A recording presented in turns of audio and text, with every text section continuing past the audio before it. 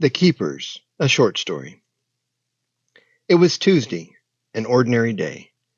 Kyle Freeman drove his truck to the site, same as always. The construction project was coming along well. By noon, the foundation would be poured. Kyle nodded at the crew as they arrived in dusty pickups.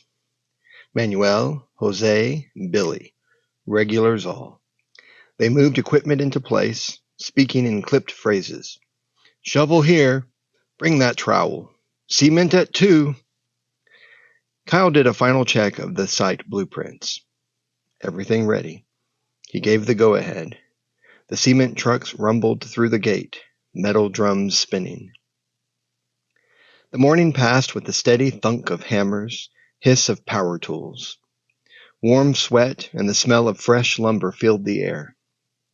Around lunchtime, Kyle stepped into the build trailer to grab a cold Coke from the battered fridge.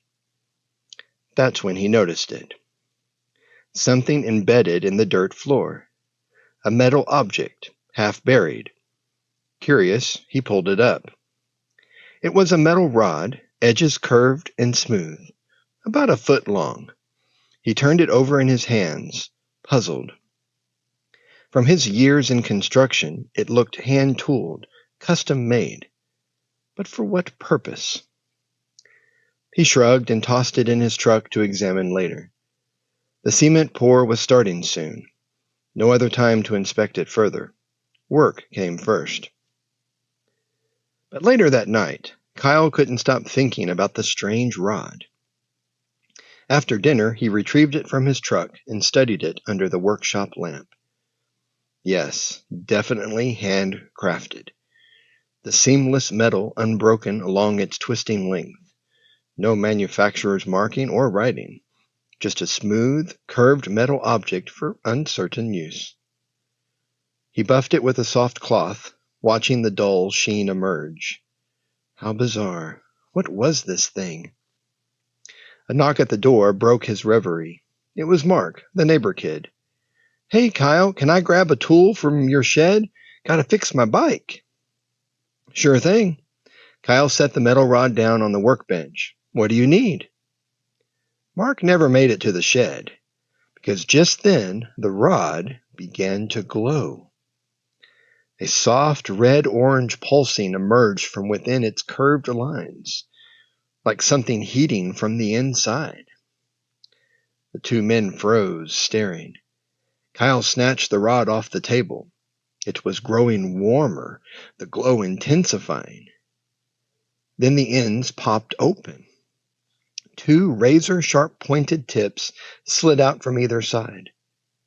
Kyle gasped, dropping it instinctively. It landed upright on the floor, humming now, ends glowing hot, forming a 3-foot staff crowned with sliced metal points, smoldering red. Kyle felt for the baseball bat resting near the toolboxes. Some kind of deranged prank? Heart-pounding, he moved in front of Mark. Stay back. A few tense seconds passed. The metal rod just pulsed and hummed, deadly tips gleaming. Then, like a viper, it lashed out straight at Mark's chest. Look out! Kyle deflected the first strike with the bat, backing them into the workbenches. The rod pierced the wood with a hissing thunk. It ripped itself free, tips glowing brighter. Kyle swung as it attacked again, forcing it to the floor. Mark scrambled out of reach. Kyle pinned the twisting metal staff with the bat, sweat springing out. With a violent lurch, it dislodged itself and sprang straight at his face. Boosted by some inner power, far stronger than anything human-made. Kyle flinched as the blazing tips shot forward, and an intense beam of light blasted from the end, searing his vision. He reeled back, losing his grip on the bat. Distorted shouts echoed as the light flared. Then, just high-pitched ringing in his ears, smoke filling the room. Blinking to clear his eyes, he saw Mark dragging himself outside, Vision still dazed. The workroom was ablaze. Bat and benches incinerated. The rod lay dead and blackened on the floor. Soon, firefighters arrived, dousing the blaze. Kyle haltingly explained what happened to the bewildered officers. They bagged the rod for analysis, filing a report, case number A37118. Days passed. The rod origin and function remained a mystery. No leads, no explanations. Kyle caught snatches of the news coverage whenever it flashed on screen. Unidentified metal object, extreme heat capabilities. Unknown blast injury sustained by owner. Baffled officials at Homeland Security advised public caution. Kyle fingered the bandages covering his burns. He'd gotten off relatively lucky. Mark escaped unharmed. But just holding that rod was hazardous. Where did it come from? More importantly, were there others like it? His gut told him yes. Kyle started searching, scouring the internet. Sure enough, other cases emerged. A young woman in Detroit discovered a similar rod while gardening. It sent searing beams through her kitchen. A dock worker in Baltimore found one inside a steel crate shipped from overseas. He lost 2 fingers before dropping it into the harbor. Always the same MO, harmless in appearance, then coursing with violent power once activated. These things were scattered everywhere, lying in wait. But who made them, and why? The attacks, while destructive, didn't seem motivated by theft or typical violence. Too random, no agenda. So what was the end goal? Testing ground for some kind of powerful weaponry? The more Kyle learned, the less it made sense. Where was the coordination, the unified purpose? These strikes were thankfully isolated, but still too selective and bizarre to be random events. One night he was browsing an online conspiracy forum when a new post caught his eye. Dark web chatter from someone claiming knowledge on these strange objects. A private meet was being arranged to discuss the true agenda behind them. Next evening, Kyle found himself at a dingy bus station downtown just after midnight. A burly man in sunglasses sat alone on a bench, speaking into a small headset. "Yeah, it's me. I got word you know about the rods. I'm coming to you." The man glanced around once, then stood and strode out the front doors. Kyle followed at a distance to a waiting SUV idling in the back parking lot. He slipped inside. "You got some kind of death wish, kid?" The driver spoke in a low rasp. "You shouldn't have stuck your nose where it didn't belong." "No place is off limits when public safety is involved." Kyle kept his voice even. "I was attacked by one of those rods, unprovoked. I deserve answers." The driver grunted. "You'll get more than just answers where we're headed." They drove through empty streets, eventually pulling up to a nondescript warehouse on the outskirts. The driver escorted Kyle to an interior cargo bay lit only by swaying utility lamps. In the center stood 2 more people, a lean, intense woman and a portly older man with a shaved head. All 3 turned to regard Kyle with a mix of amusement and resignation. "Let me be blunt," the woman spoke first. Her tone was curt, borderline hostile.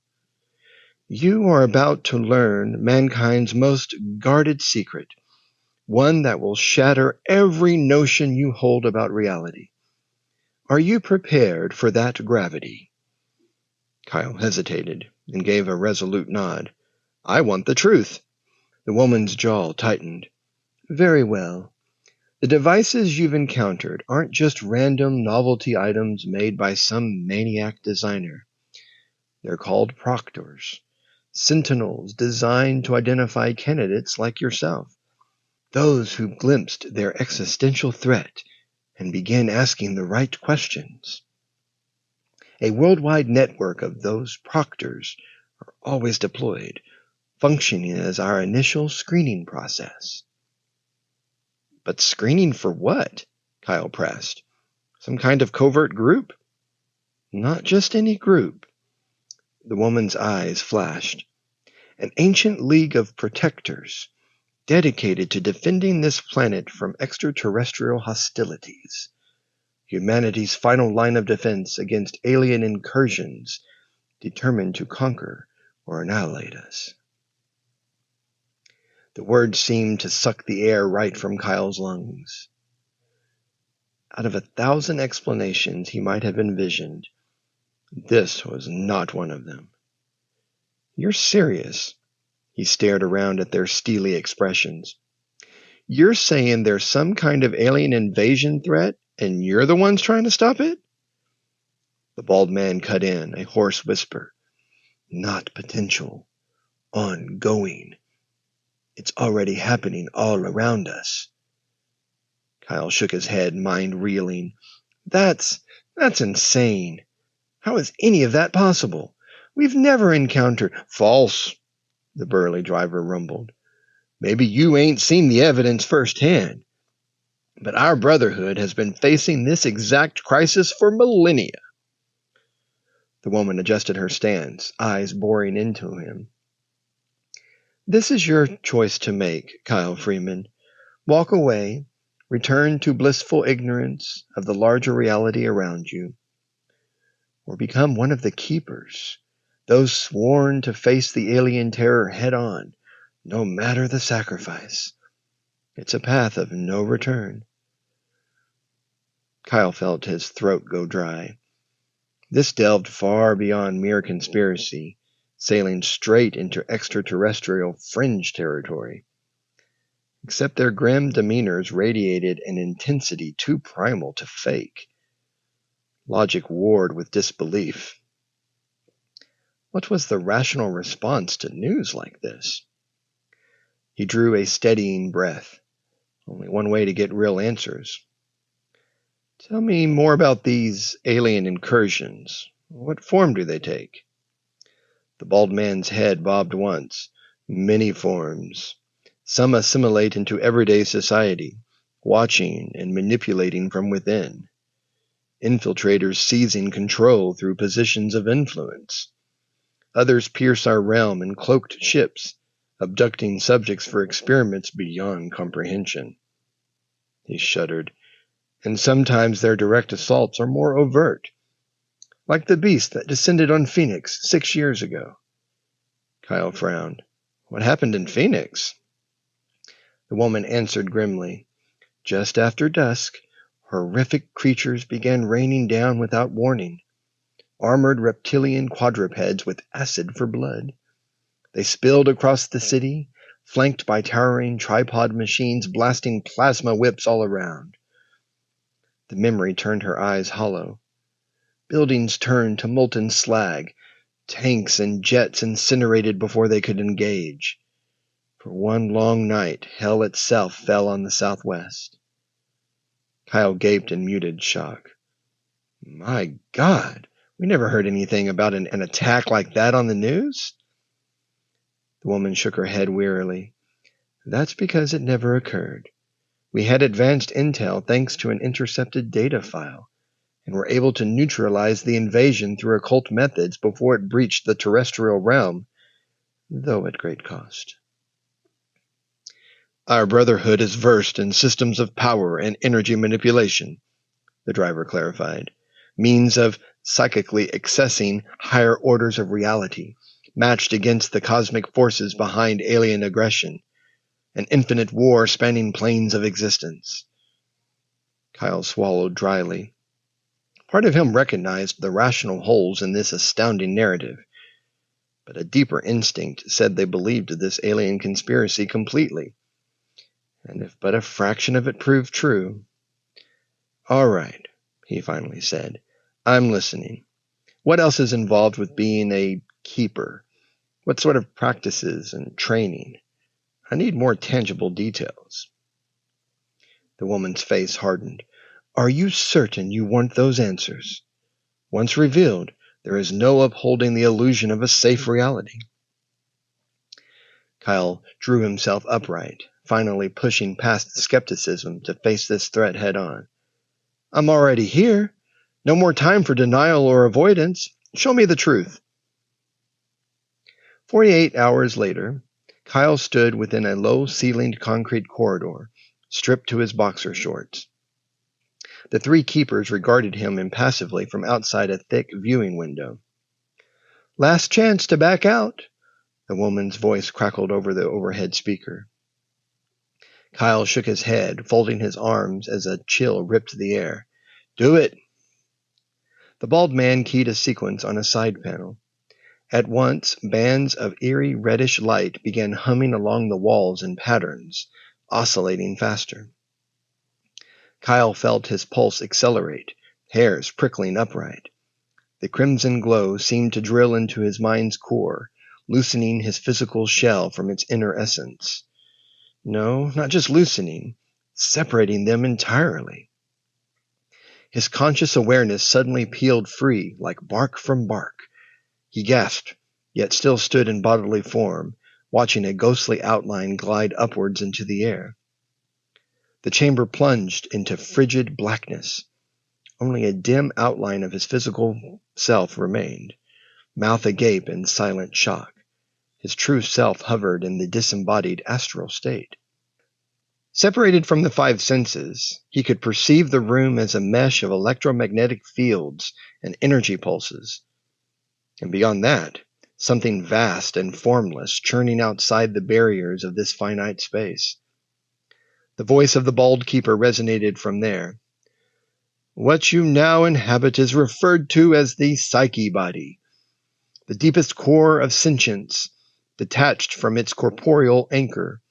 It is here our kind draws from reservoirs of primordial force, channeling essence power to perceive and reshape realities. As he spoke, complex geometries flowed into being around Kyle's floating essence, strange shapes defying logic or dimensions, contorting like liquid fractals all around. Nebulous outlines gathered into vaguely humanoid silhouettes. The woman's disembodied voice chimed in. These are constructs of thought form, pulled from the etheric substance surrounding us. You must shape and animate them with your psyche energy, bending them into servitors to confront the alien powers threatening our world. Tentative at first, Kyle managed to mold one of the inchoate outlines into a flickering figurine resembling a knight. Concentrating further, he willed it to manifesting a spear, which it thrust ahead with alarming force. More phantom soldiers assembled at Kyle's concentrated thought. He envisioned other abstract symbols and forced them into massive arcane wheels, spinning with power. This psychic might proved both exhilarating and terrifying in its scope. The driver's gruff voice pushed through the whirling astral maelstrom. You got raw potential, kid. Now shape that essence into your own mental bastion, a place to anchor and expand your defenses, drawing from inner reservoirs of human willpower and spirit. Kyle instinctively understood. Pouring his energy forward, he sculpted the turbulent forces into a gleaming castle with towering battlements. Golden fountains sprayed from massive concentric ramparts, each tier bristling with archers and siege machines of pure thought. He could vaguely make out the three keepers hovering outside this construct, lending their own psychic charges to the endeavor. But this radiant fortress existed as an extension of Kyle's focused spirit, his inner sanctum to wage the coming occult battles. A sudden, thunderous roar caused the ethereal scene to shudder. Rippling vertigo tore across the space as a new presence manifested through the membranes separating dimensions. Kyle felt his blood freeze as a massive reptilian shape coalesced. Near mindless roiling, hatred given form, pierced eyes searing like blast furnaces. Flesh of steel plates and granite scales towered 20 stories high. The beast was accompanied by swirling cadres of impish demon forms, swinging rusted blades. The keeper's voice rang out as one. That is but a shadow of the alien force we face. Call upon your inner forces to fend it back from this realm. Kyle felt his astral form trembling, yet marshaled every ounce of focused energy. Knights and archers streamed forth, raining blazing shafts of light upon the monstrous invader.